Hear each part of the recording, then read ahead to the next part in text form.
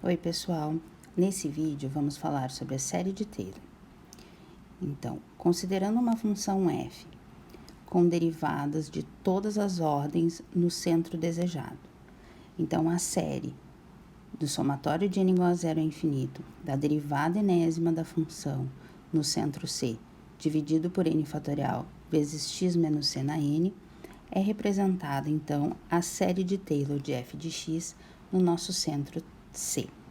Se o C for zero, nós chamamos de série de Maclaurin de f. Observe que se uma série de potências converge para f, então essa série tem que ser uma série de Taylor. É importante deixar claro que nem toda série que é formada pelos coeficientes de Taylor converge para a função f de x. Então, primeiro exemplo. Vamos representar a função f de x igual a seno de x como uma série de Maclaurin. Os coeficientes da série de Maclaurin são dados pela derivada enésima em zero dividido por n fatorial.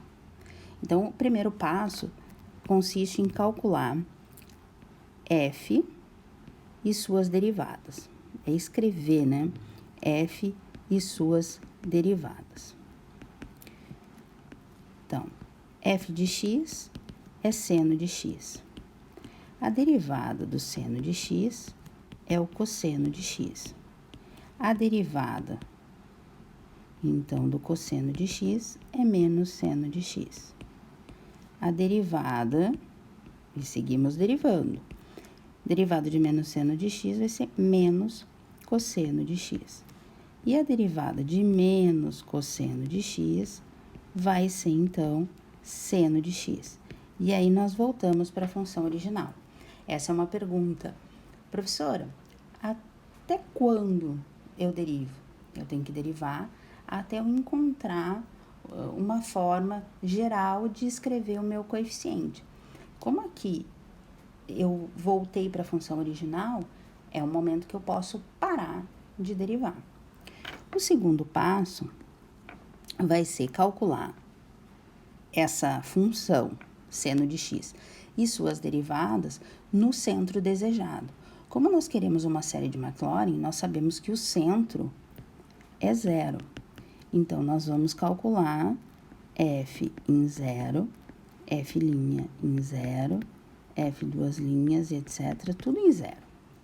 Então, seno de zero é zero, a derivada do seno é o cosseno, que em zero vale 1. A segunda derivada, então, menos seno de zero, que também vai valer 0. A terceira derivada em zero é menos o cosseno de zero, então teremos menos 1.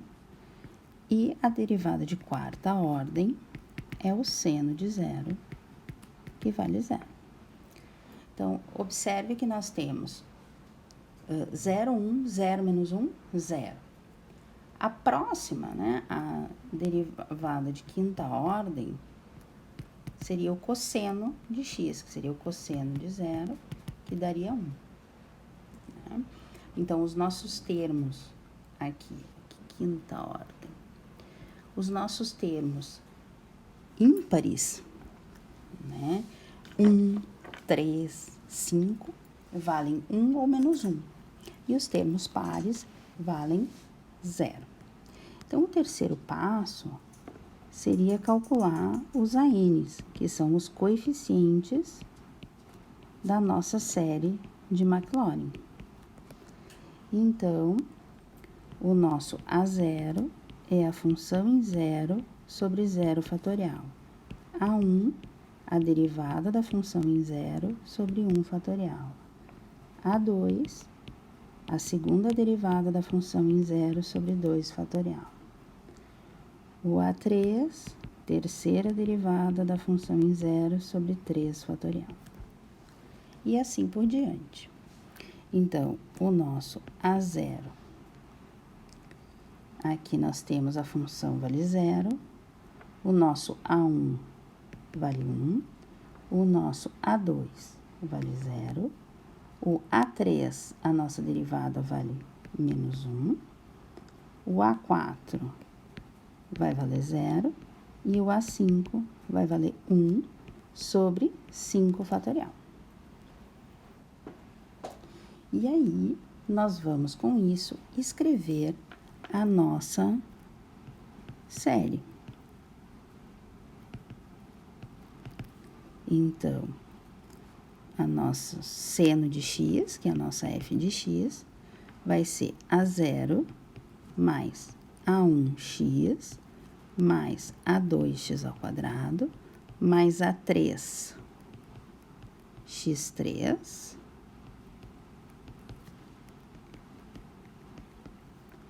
mais A4 x4 mais A5 x5, o A6 a gente sabe que vai ser 0 e assim por diante. Então, nós podemos ver que sobrou 1 menos x ao cubo sobre 3 fatorial, mais x5 sobre 6 fatorial. Podemos ver que o próximo seria menos x7, 5 fatorial, x7 sobre 7 fatorial e assim por diante. Então, nós vemos que aqui os termos ímpares, né, eles vão aparecer, e os termos pares, como eu já havia comentado, eles não aparecem na nossa série, pois os coeficientes são nulos.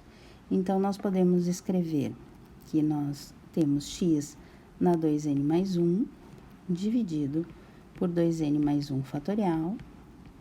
E essa oscilação de sinal, né, nós temos um termo positivo, um termo negativo, é representado pelo menos 1 na n. Então, seno de x pode ser escrito como menos 1 na n, x na 2n mais 1 sobre 2n mais 1 fatorial. Vemos que a nossa função seno de x é uma função cujo domínio é o conjunto dos reais, então nós podemos dizer que essa nossa série vale para todo x pertencente aos reais. Como a gente determina a convergência da série de Taylor? Então, essa convergência, ela vale quando o limite do Rn de x, quando n tende a infinito, é 0. E o nosso Rn de x é esse termo aqui, que seria o termo seguinte à nossa truncamento da nossa série. Uma dica: quais são as etapas, então, resumindo, para determinar uma série de Taylor? A gente deriva a f diversas vezes e calcula essa f no centro da série. Então, se for série de Maclaurin, calcula os valores em c igual a 0. Se for série de Taylor, calcula nos valores em que foi solicitado.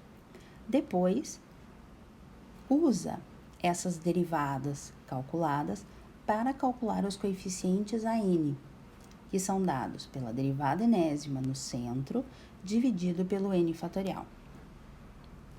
E depois, faz a soma desses coeficientes, multiplicando pelo x na ordem da derivada encontrada. Determina o intervalo de convergência da série e aí verifica se a série converge para a função. A determinação dos coeficientes de Taylor e Maclaurin, que são obtidos derivando a função várias vezes, ela pode ser complicada dependendo da função que a gente tem. No vídeo anterior, eu calculei o polinômio de Maclaurin para a função e na x, cuja derivada é sempre e na x. Seno de x, nós fizemos agora. Então, funções simples, é fácil de fazer a derivada. Se nós temos funções mais complicadas, isso pode se tornar um processo trabalhoso e que, conforme a gente vai aplicando a derivada, as funções podem se tornar mais difíceis. Então, é interessante a gente usar séries de funções elementares para obter funções, as séries de Taylor das funções. Então, por exemplo, imagine que eu queira calcular a série de seno de x ao quadrado. Eu posso calcular a minha série em função da série do seno de x que eu já conheço. Então, a série do seno de x é o somatório de n igual a 0 ao infinito, de menos 1 na n, x na 2n mais 1, sobre 2n mais 1 fatorial, valendo para x pertencente aos reais, né? Então, esse seno de x ao quadrado, eu vou substituir o x que eu tenho por x ao quadrado. Então, eu vou colocar o somatório de n igual a 0 ao infinito, menos 1 na n, e aí nós colocamos x ao quadrado elevado a 2n mais 1, dividido por 2n mais 1 fatorial.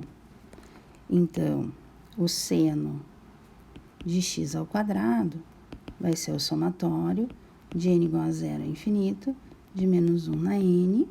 Temos uma potência de potência, então, x na 4n mais 2, sobre 2n mais 1 fatorial. E o intervalo de convergência se mantém o mesmo. Um outro exemplo nós poderíamos fazer seria a representação de x e na x. Lembrando que a representação do e na x é x na n sobre n fatorial. Então, se eu for obter os coeficientes de x e na x com a derivação, eu já vou começar com uma regra de produto e eu vou cada vez aumentar a minha função. Se eu já conheço a série de e na x, sei que essa representação em série de potências vale para todo x pertencente aos reais, para fazer x e na x, eu vou multiplicar a minha série por x. Então, eu vou ter x vezes o somatório de n igual a 0 ao infinito, de x na n, sobre n fatorial.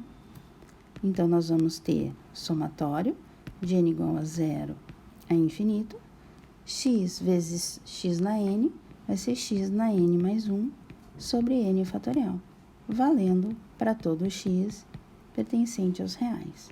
Essa é a representação, então, de x e na x em série de Maclaurin.